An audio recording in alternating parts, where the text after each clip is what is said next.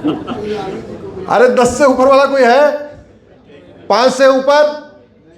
4? 3? चलो 3 में माइनॉरिटी है, 4 लोग हैं 3 वाले। मैं तो दिल्ली एनसीआर में 22 बच्चों को परिवार जानता हूं।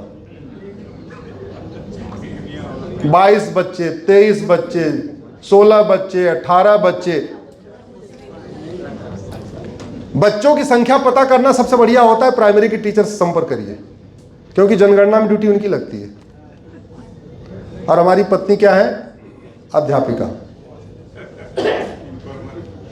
हमारी कई पीआईएल की जनक वही है। हमको बेसिक डाटा वहीं से मिल जाता है, क्योंकि जनगणना करने में उनकी ड्यूटी लगती है। इनफैक्ट आज जो कुछ मैं कर पा रहा हूं उन्हीं के कारण कर पा रहा हूं। मैं परिवार में बड़ा, घर परिवार की जिम्मेदारी, पिताजी खेती करते हैं। बहुत दिन से मन में कशिश थी कुछ करूं, लेकिन करूं कैसे? घर कैसे चलेगा? छोटी बहन की शादी कैसे होगी? सब देखना था। तो पहले इंतजार किया, छोटी बहन की शादी कर लेते हैं। अभी भी कैसे छोड़ूं? भगवान की दया से मेरी पत्नी को अध्यापिका की नौकरी मिल गई, सरकारी। उस समय मेरी तनख्वाह 1 लाख रुपए थी और हमारी पत्नी को नौकरी मिली 8,500 रुपए की। और जैसे 8,500 रुपए की नौकरी मिली, मैंने 1 लाख रुपए की नौकरी छोड़ दी। तो इस पूरी यात्रा में उनका बहुत बड़ा योगदान है। सरकार जब तक, आंकड़े बता रहा हूं आपको, सरकारी आंकड़े, जब भारत की जनसंख्या 40 करोड़ थी तो भारत में 4 करोड़ लोग गरीब थे। तो 40 करोड़ में से 4 करोड़ गरीब थे, कितने परसेंट हो गए? जोर से बोलिए, 10%। आज भारत की जनसंख्या 145 करोड़ है, 83 करोड़ लोगों को मुफ्त राशन देना पड़ रहा है। अब गरीबों की संख्या कितनी हो गई? लगभग 63-64%, 60% से ज्यादा। तो गरीबी बढ़ रही, गरीबी घट रही है? जोर से बोलिए जरा। सरकार जब तक 2 करोड़ घर बनाती है तब तक 10 करोड़ बेघर पैदा हो जाते हैं। और ये 2 करोड़ घर बनाती है, ये किसके पैसे से बनता है? जोर से बोलिए जरा। अरे बोलिए, हमारे पैसे से। किसके पैसे से? और 2 करोड़ घर बना और 10 करोड़ बेघर पैदा हो गए, तो 8 करोड़ तो माइनस में रहेंगे ना। तो अगले 500,000 साल आप घर बनवाते रहिए, आपके नाती, आपके पोते टैक्स देते रहेंगे, घर बनता रहेगा, लेकिन बेघरों की संख्या पूरी हो पाएगी क्या? नहीं।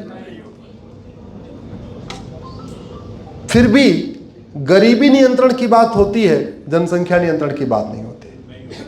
जब तक 2 करोड़ रोजगार जनरेट हो पाता है, सरकारी नहीं, टोटल इंडस्ट्री के माध्यम से, तब तक 10 करोड़ बेरोजगार पैदा हो जाते हैं। और इस जनसंख्या विस्फोट के कारण हमारे और आपके परिवार के लोग मर रहे हैं। अब आप कह रहे हो कैसे मर रहे हैं? क्योंकि गाय उस रेशियो में नहीं बढ़ रही है, भैंस उस रेशियो में नहीं बढ़ रही है, और गाय भैंस हर साल बच्चा भी नहीं देती। तो आपको शुद्ध दूध मिल रहा है क्या? जोर से बोलिए। आपको भले मिल रहा होगा, हमको तो नहीं मिल रहा दिल्ली में।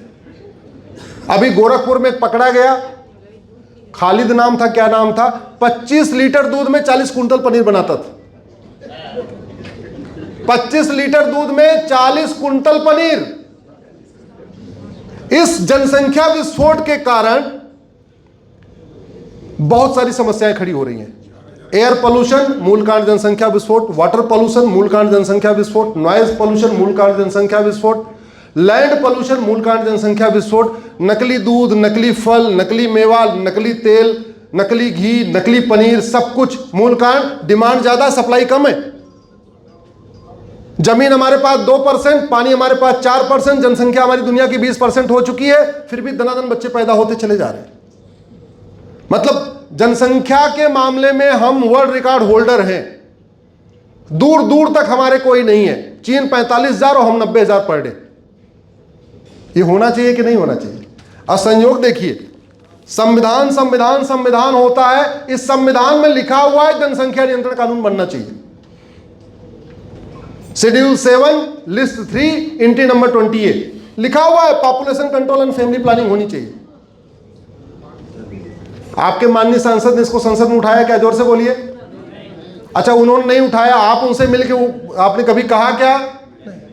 आपको टाइम निकालना पड़ेगा, समय निकालना पड़ेगा, तभी सार्थकता होगी। अगर नहीं रोके तो याद रखिएगा, नारा आएगा, जिसकी जितनी संख्या भारी उसकी उतनी। और अगर ये रेशियो चलता रहा, अभी तो 92% से 79% आए हैं, आ गए ना 79% पे, बस 20 साल की और बात है। जिस दिन 60% आए, मामला गया, मामला गया। इसलिए ज्यादा अच्छा है आवाज उठाइए, बोलिए। एक और हमारे लिए जो बहुत बड़ा खतरा है वो है धर्मांतरण जिहाद। अच्छा, कौन सा मामला कितना गंभीर है, किस मामले में कितनी फंडिंग आ रही है, हमको तब पता चलता है जब मैं पीआईएल फाइल कर देता हूं। हमारी पीआईएल का विरोध करने कितने लोग आ रहे हैं, उससे हमें पता चलता है अच्छा कितने लोगों को फंडिंग आ रही है। धर्मांतरण वाली मैंने पीआईएल फाइल किया, 12 पिटीशन फाइल हो गई, और भूतपूर्व कानून मंत्री, वित्त मंत्री, गृह मंत्री, उद्योग मंत्री, विदेश मंत्री, संचार मंत्री आके खड़े हो गए। हाँ, गोभी मंत्री भी। प्रतिदिन 1500 परिवारों का धर्मांतरण हो रहा है पर डे। कितने परिवार? जोर से बोलिए। एक परिवार में एवरेज 7 आदमी मान के चलिए, तो पर डे कितने लोग कन्वर्जन हो रहा है? 10,000। साल में कितने हो गए? लगभग 40 लाख। विवेकानंद जी ने क्या कहा था? धर्मांतरण करने वाले से धर्म हिंदू कम नहीं होता, बल्कि हिंदुओं के दुश्मनों की संख्या बढ़ती। अल्टीमेटली भारत के अंदर आप देख लो, बुरहान वानी कौन था? जोर से बोलिए। हाँ, कन्वर्टेड हिंदू। पहले वो कन्वर्ट हुआ, फिर इसलिए आतंकवादी बन गया। अफजल गुरु कौन था? जोर से बोलिए। कन्वर्टेड हिंदू। ये जो हमारी 26 बहन बेटियों का सुहाग उजाड़ के गए, ये कौन है? कन्वर्टेड हिंदू। ये अरब, दुबई, कुवैत, बहरीन से नहीं आए थे, सब बाबर के बाद कन्वर्ट हुए। अजमल कसाब कौन था? कन्वर्टेड हिंदू। भारत में जितना अराजकता फैला रहे हैं वो कौन है? कन्वर्टेड हिंदू। इसका मतलब हमारे लिए कन्वर्जन सबसे बड़ा खतरा है। मुगल यहां पे सत्ता के लिए नहीं आए थे, हमें झूठ पढ़ाया जाता है मुगल यहां पे धर्मांतरण कराने आए थे। अंग्रेज यहां सत्ता के लिए नहीं आए थे, हमें झूठ पढ़ाया जाता है अंग्रेज यहां कन्वर्जन करने आए थे। मुगल यहां इस्लाम को फैलाने आए थे, अंग्रेज यहां क्रिश्चियनिटी को फैलाने आए थे, और दोनों ने फैलाया, ढंग से फैलाया। एक ने तलवार के दम पे फैलाया, एक ने कानून बना बना के कन्वर्जन कराया, और वो रुका नहीं। धर्मांतरण अपने आप में एक इनडायरेक्ट वॉर है। धर्मांतरण अपने आप में सबसे बड़ा देशद्रोह है। धर्मांतरण हमारी राष्ट्र की सुरक्षा के लिए खतरा है। धर्मांतरण हमारी एकता अखंडता के लिए खतरा है। दुर्भाग्यवश हमारे पास केंद्रीय स्तर पे धर्मांतरण से निपटने के लिए कोई कानून ही नहीं है। नए वाले कानून में भी एक चैप्टर है ऑफेंस रिलेटिंग टू रिलीजन, यानी किसी की धार्मिक भावना अगर आपने आहत कर दिया तो मुकदमा दर्ज हो जाएगा, लेकिन आपने किसी को साम दाम दंड भेद द्वारा कन्वर्ट करा लिया तो मुकदमा। धर्मांतरण किसी एक राज्य की समस्या है या पूरे देश की समस्या? जोर से बोलिए जरा। और जो समस्या पूरे देश की हो उसका कानून विधानसभा में बनना चाहिए, संसद में बनना चाहिए? संसद में बनना चाहिए। ऐसी कोई बीमारी नहीं जिसकी कोई दवाई नहीं, ऐसी कोई समस्या नहीं जिसका समाधान नहीं। हर समस्या का समाधान हो सकता है, लेकिन आवाज उठाना पड़ेगा। एक मैं आप लोगों की, चूंकि यहां कई लोग चार्टर्ड अकाउंटेंट बैठे हुए हैं, इकोनॉमिक जिहाद कैसे चल रहा है इसको समझिए।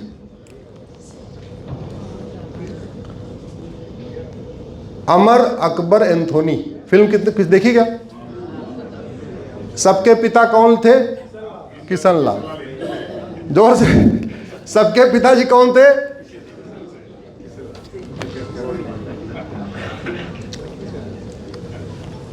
अमर और अकबर दोनों की आर्थिक स्थिति एक जैसी है, दोनों के पास 1-1 करोड़ रुपए है।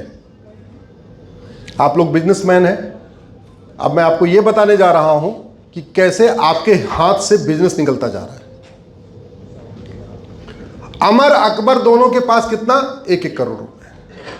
दोनों ने कहा चलो भाई टूर एंड ट्रेवल का काम करते हैं। कौन सी गाड़ी खरीदते हैं? एक काम करो, 10 लाख रुपए वाली गाड़ी खरीद लेते हैं। अमर के कितने बच्चे? 2 और अकबर के 10। यही फार्मूला लगभग चलेगा। अब अमर गाड़ी खरीदने गया, बोले जी हमको 10 गाड़ी खरीदना पड़ेगा, खरीदना है। बोले 10 में नाम बताओ कितने? बोले बच्चे तो 2 ही हैं। बोले ना ना ना, पहले तुम कंपनी बना के आओ, अमर टूर एंड ट्रेवल बना के आओ, तब तुम्हें 10 गाड़ी मिलेगी। अकबर को अकबर टूर एंड ट्रेवल बनाना नहीं, क्योंकि 10 थे, उसने 1-1 गाड़ी सबके नाम पे खरीद लिया। अब अमर ने अमर टूर एंड ट्रेवल बना लिया तो उसको वो गाड़ी 10 लाख की नहीं मिलेगी, बल्कि उसको पीली पट्टी वाली गाड़ी लेना पड़ेगा। उसका रोड टैक्स ज्यादा होगा, उसका इंश्योरेंस ज्यादा होगा। तो जो गाड़ी अमर को 10 लाख में पड़ी, वो गाड़ी, जो गाड़ी अकबर को 10 लाख की पड़ी, वो गाड़ी अमर को कितने की पड़ी? लगभग 11 लाख की। 11 लाख मान लेते, हम कम लेके चलते। तो यानी इनिशियली 10 गाड़ी अमर ने कितने में अकबर ने कितने में खरीदी? 1 करोड़ में, और अमर को 10 लाख रुपए उधार लेना पड़ा, क्योंकि 1 ही करोड़ उसके पास था। अब उस 1 करोड़ 10 लाख में खरीदा, चलो जी हो गई। अमर को 8 ड्राइवर भी और चाहिए, क्योंकि घर में बेटे तो 2 ही हैं, तो 8 ड्राइवर भी रखना है। अकबर को ड्राइवर चाहिए क्या? नहीं, पहले सारे घर में ड्राइवर है। अब अमर ने अमर टूर एंड ट्रेवल बना लिया तो जीएसटी में रजिस्ट्रेशन कराना पड़ेगा। अकबर को रजिस्ट्रेशन कराना पड़ेगा क्या? नहीं। अमर को इनकम टैक्स में भी अपना पैन कार्ड वगैरह बनाना पड़ेगा। अकबर को बनवाना पड़ेगा क्या? नहीं। अब अमर टूर एंड ट्रेवल बन गई, जीएसटी में रजिस्ट्रेशन हो गया, इनकम टैक्स में बन गया, पैन कार्ड बन गया, कल को छापा भी पड़ सकता है, तो एक ऑफिस भी खोलना पड़ेगा। ऑफिस का किराया, अकबर को ऑफिस का किराया खोलना, ऑफिस खोलना है क्या? नहीं, वो कहीं से भी गाड़ी चला लेगा, फोन नंबर डाल देगा, वहीं से गाड़ी चलाएगा। अब अमर जब सबके दायरे में आ गया, वैट के दायरे में आ गया, टीडीएस के दायरे में आ गया, इनकम टैक्स के दायरे में आ गया, जीएसटी के दायरे में आ गया, तो सारा काम खुद कर पाएगा क्या? किसकी मदद लेनी पड़ेगी? जोर से बोलिए। चार्टर्ड अकाउंटेंट की। कितने चार्टर्ड? हाथ उठाइए जरा। अब आपकी मदद लेनी पड़ेगी। आप फ्री में काम करोगे अमर का क्या? नहीं, तो थोड़ा आपको भी देना पड़ेगा अमर को। अकबर को जरूरत है क्या चार्टर्ड अकाउंटेंट की? नहीं। किसको जरूरत है? अमर को। अब नतीजा यह हुआ, अकबर तो 10 रुपए किलोमीटर गाड़ी चला सकता है, लेकिन अमर 12 रुपए पर किलोमीटर से नीचे चलाएगा तो उसको बहुत नुकसान हो जाएगा। अब आप लोग जब खड़े हो, आपको अमर 12 रुपए पर किलोमीटर में गाड़ी दे रहा है और अकबर 10 रुपए पर किलोमीटर में गाड़ी दे रहा है, आप किसकी गाड़ी लोगे? जोर से बोलो जरा, जोर से बोलो जरा। अकबर की। तो 1 साल के बाद यह होगा, अमर टूर एंड ट्रेवल बंद हो जाएगा। अमर ने जो गाड़ियां खरीदी उसको आधे पौने दाम पे अकबर को बेच के वो कहेगा चलो कोई और धंधा करते हैं, ये हमसे होने वाला नहीं है। यह है इस घटिया इनकम टैक्स, इस जीएसटी, इस वैट, इस टीडीएस सिस्टम का दुष्परिणाम। इसलिए मैंने पीआईएल फाइल किया है, ये सारे टैक्स सिस्टम खत्म किए जाएं और भारत में 1 नेशन 1 टैक्स लागू किया जाए। खर्च करने पे टैक्स हो, कमाने पे कोई टैक्स ना हो।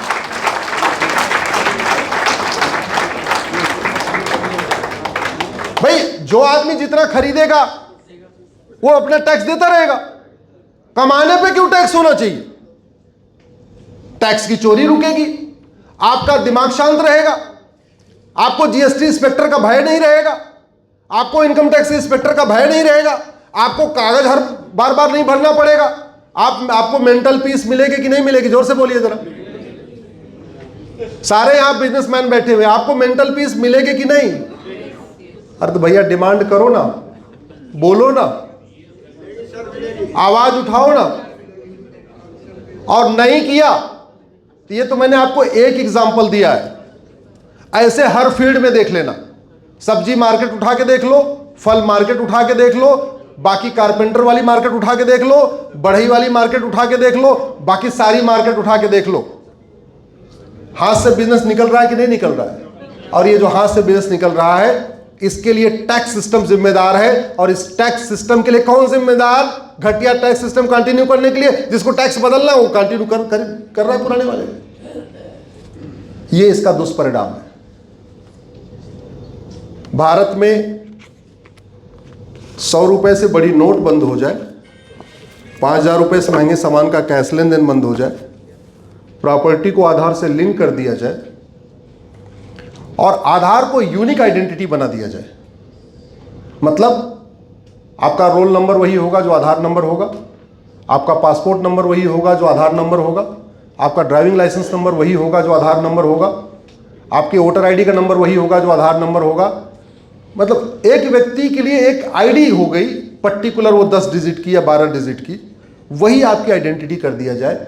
मैं गारंटी के साथ कहता हूं भ्रष्टाचार भी खत्म हो जाएगा और भारत की जीडीपी 2% बढ़ जाएगी और भारत के व्यापारियों का शोषण बंद हो जाएगा, व्यापारियों का तनाव बंद हो जाएगा, व्यापारी जो परेशान है इस टैक्स के पछड़े में वो बंद हो जाएगा। अल्टीमेटली इनकम टैक्स डिपार्टमेंट कोई प्रोडक्टिव डिपार्टमेंट है या नॉन प्रोडक्टिव? जोर से बोलिए जरा।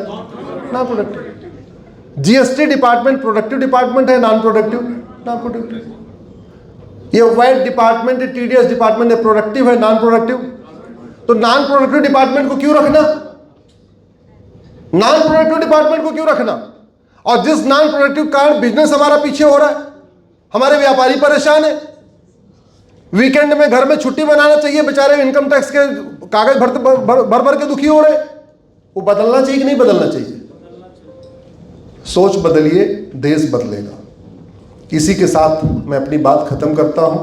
आप लोगों ने बहुत देर तक अपनी भूख को कंट्रोल किया, आपने बहुत देर तक अपना वो बैठे रहे, अपनी सिटिंग पावर से कम 3 गुना फालतू आप बैठे रहे, इसलिए सबको आपको धन्यवाद देता हूं, आपको आभार व्यक्त करता हूं। भारत माता की, भारत माता की, भारत माता की। अब एक काम करिए, आपको हमारे साथ एक नारा लगाना है, हमें चाहिए आज़ादी। क्या बोलना है? हमें चाहिए आज़ादी। ऐसे खड़े होके जोर से पूरे मूवमेंट के साथ। मैं कैमरामैन भाइयों से कहूँगा हमें न दिखाएं, आप लोगों को दिखाएं। आपका ये वीडियो 4-5 करोड़ लोगों तक जाएगा, इसलिए कोई आलस मत करिए, कोई लगे अरे कौन है ये, देखो हाथी नहीं वो आगे उठा रहा है। राजकमल जी इधर आ जाओ ना। आपको पीछे पीछे बोलना हमें चाहिए आज़ादी। गुलामी के नाम से, गुलामी के निशान से, गुलामी की शिक्षा से, गुलामी के इतिहास से, गुलामी की पुलिस व्यवस्था से, गुलामी की न्यायिक व्यवस्था से, गुलामी की प्रशासनिक व्यवस्था से, गुलामी की टैक्स व्यवस्था से, गुलामी की चुनाव व्यवस्था से, लब जिहाद लैंड जिहाद से, धर्मांतरण कराने वाले घुसपैठियों से, रोहिंग्या बांग्लादेशी घुसपैठियों से, बम विस्फोट जनसंख्या विस्फोट से। एक देश एक विधान मांग रहा है हिंदुस्तान। एक देश एक विधान मांग रहा है हिंदुस्तान। एक देश एक विधान मांग रहा है हिंदुस्तान। एक देश एक विधान मांग रहा है हिंदुस्तान। भारत माता की, भारत माता की, भारत माता की। बहुत बहुत धन्यवाद, बहुत बहुत आभार।